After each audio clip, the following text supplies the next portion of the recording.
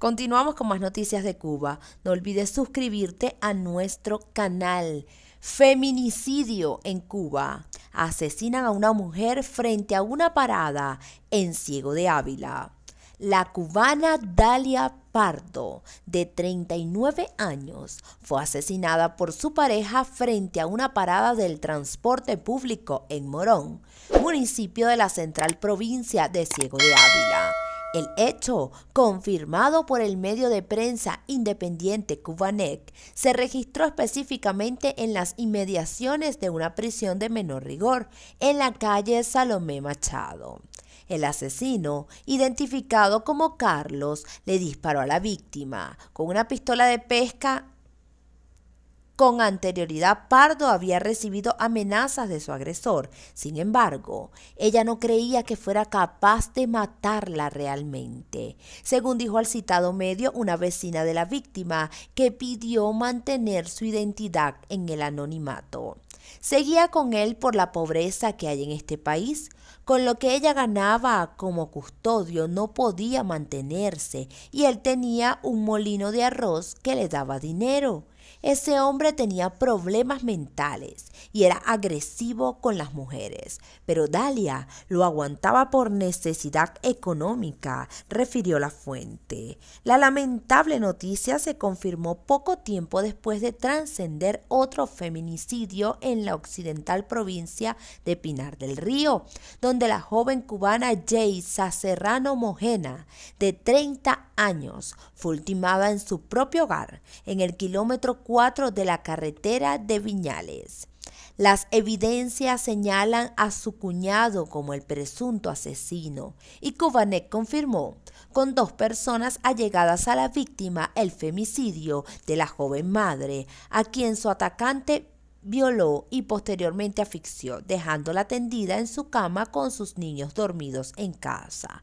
Una amiga de la joven asesinada, que pidió mantener el anonimato, dijo que el esposo de Yeisa emigró recientemente a Estados Unidos, por lo que ella se encontraba sola con sus hijos. El asesino, que es el hermano de su pareja, aprovechó que ella salió un momento a llevarle una pastilla a la suegra, que vive al lado, y se coló en la casa. Cuando ella llegó, él estaba adentro.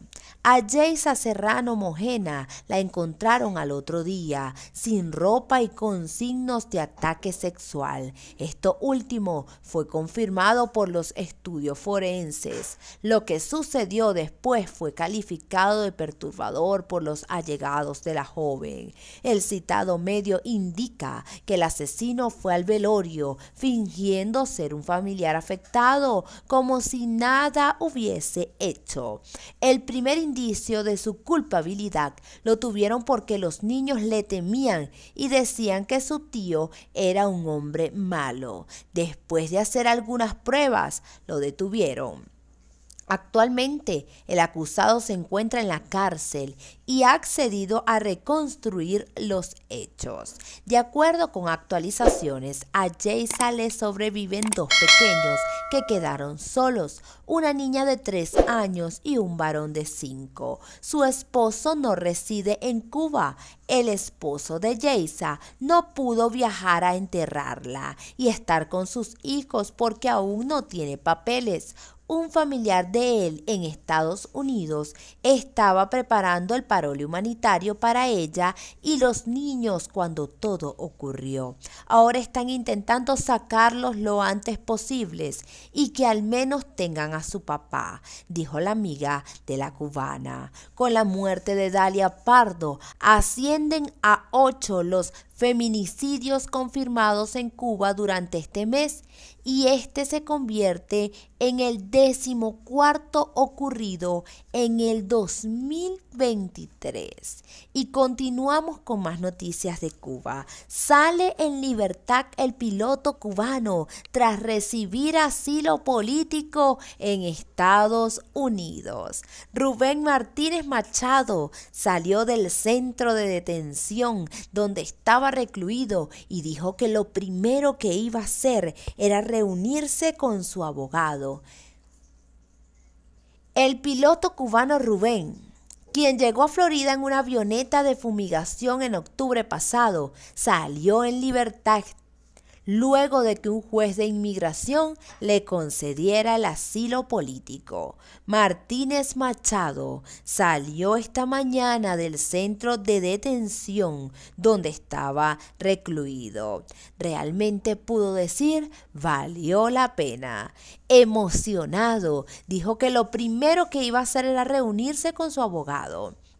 También agradeció a todos los que lo apoyaron, incluida su familia en Cuba, y anunció que quiere ir a vivir a Houston, Texas. Al régimen yo no tengo nada que decirle a ellos, solo quiero agradecer a todos los que me ayudaron a estar aquí. El piloto de 39 años se presentó el jueves en corte de inmigración en la que un juez aceptó el pedido de asilo político bajo la figura de miedo creíble que su abogado Eduardo Soto llevaba meses pidiendo. El letrado señaló que la audiencia final duró al menos 4 horas y que a medida que pasaba el tiempo, él notaba que el caso le sería favorable. Al finalizar, agradeció a la fiscal por no presentar ninguna objeción.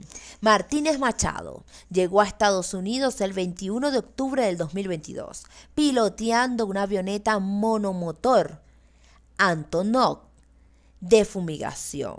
Desde entonces estuvo detenido y las autoridades le negaron la fianza 2 veces, tras presentarse en la corte bajo cargos de entrada ilegal al país.